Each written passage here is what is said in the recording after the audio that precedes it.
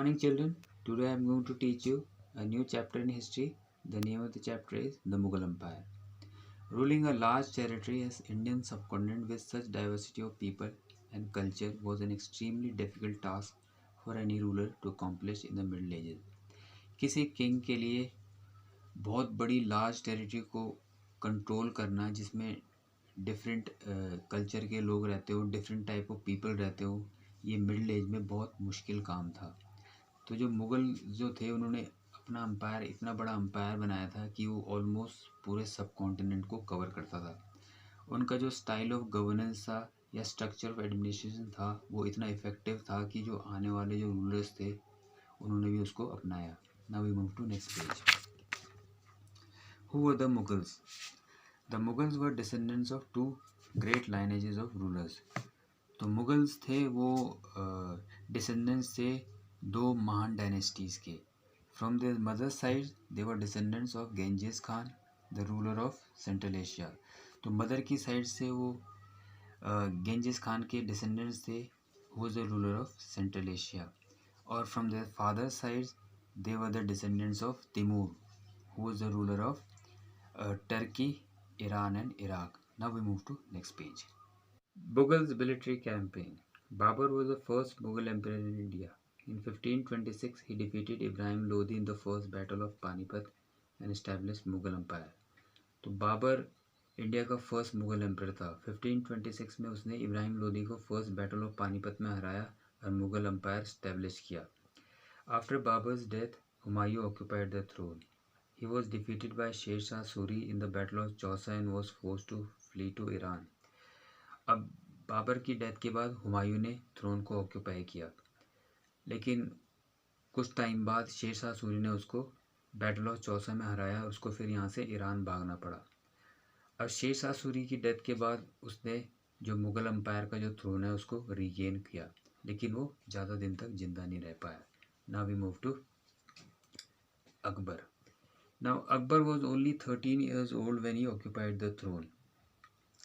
Now starting में अकबर ने जो अम्पायर था उसको बैराम खान की सुपरविजन में उसको रूल किया, लेकिन थोड़े टाइम बाद उसने अपने को बैराम खान की सुपरविजन से इंडिपेंडेंट किया और पूरा अम्पायर का कंट्रोल अपने हाथ में लिया। Now he was able to conquer Golconda and Malwa. अब उसने धीरे धीरे करके अपना अम्पायर स्प्रेड करना स्टार्ट किया। Now we move to next page. Akbar was succeeded by his son Jahangir. He defeated Amar Singh of Mewar and expanded the empire further. Akbar के बाद उसके बेटे जहांगीर ने थ्रोन को ऑक्यूपाई किया। उसने मेवाड़ के अमर सिंह को हराया और जो मुग़ल का जो एम्पायर है उसको आगे एक्सपेंड किया। इसके बाद जहांगीर के बेटे शाहजहाँ ने थ्रोन को ऑक्यूपाई किया। He continued the expansion of Mughal empire and conquered Ahmednagar. इसने जो मुग़ल का जो एक्सपेंशन है उसको जारी रखा और अहमदनगर को अपने कब्ज़े में ले लिया। इसके बाद औरंगज़ेब ने अपने तीनों भाइयों को मार के थ्रोन को ऑक्यूपाई किया। He annex the territory of Ahoms but was not successful against Marathas and Sikhs. इसने अहोम्स की टेरिटरी को अपने कंट्रोल में ले लिया, लेकिन he was not successful against Marathas and Sikhs. Now we move to next page. Tradition of succession. The Mughals followed the Timurid custom of inheritance, in which the kingdom was divided among the sons. तो मुगल्स थे वो तुमरिड custom of inheritance को follow करते थे। इसमें जो father की जायदाद होती थी वो सन्स में डिवाइड हो जाती थी। Now we come to relations with the Rajput. The Mughals always had good relations with the Rajput. The Mughals did not insult the Rajput when they defeated them. तो मुगल्स कभी राजपूत को इंसल्ट नहीं करते थे जब उनको हरा देते थे, वो उनको लैंड भी वापस लौटा देते थे. In this way the Mughals had good relation with the Rajput. Now we move to next page. Mansabdar है jagirdar. The Mughals ruled the empire through number of nobles that included Iranians, Afghanis and Indians. तो मुगल्स थे पूरा एम्पायर को नोबल्स की सहायता से rule करते थे और इनमें नोबल्स में होते थे इरानियंस, अफगानीज एंड इंडियंस. तो those who served the Mughals were known as mansabdar. जो उनको सर्व करते थे दे वर कॉल्ड मानसबदार. अब मानसबदार को जागीज़ दी जाती थी उनके सर्विस के बदले में, and they were required to keep specified number of soldiers. उनको सोल्जर्स और हॉर्सेस रखने पड़ते थे.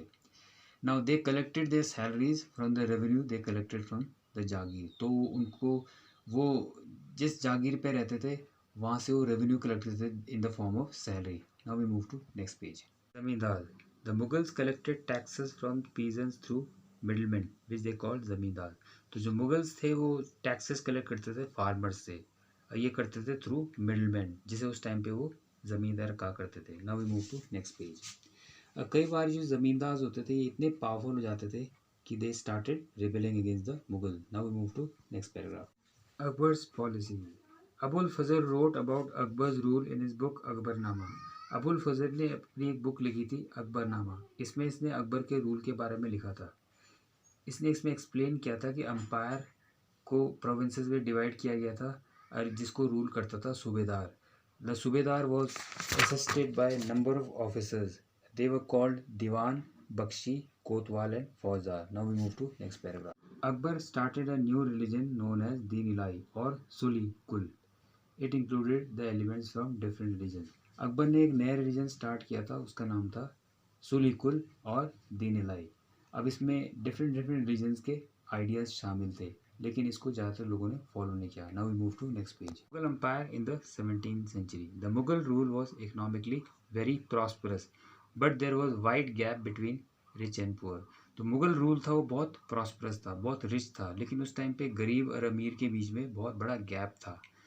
तो जो हाई रैंकिंग नोबल्स थे वो बहुत कम थे और ज़्यादातर पैसा उन्हीं के पास आता था। Now we move to next paragraph. The enormous wealth commanded by few nobles made them extremely powerful। तो जो इतना सारा पैसा उनके पास आया इसने नोबल्स को बहुत पावरफुल बना दिया। वो इतने पावरफुल बन गए कि उन्होंने अपनी इंडिपेंडेंट डायनेस्टीज प्रोविंसेस में स्टैब्लिश कर दी। This is my chapter. Thank you.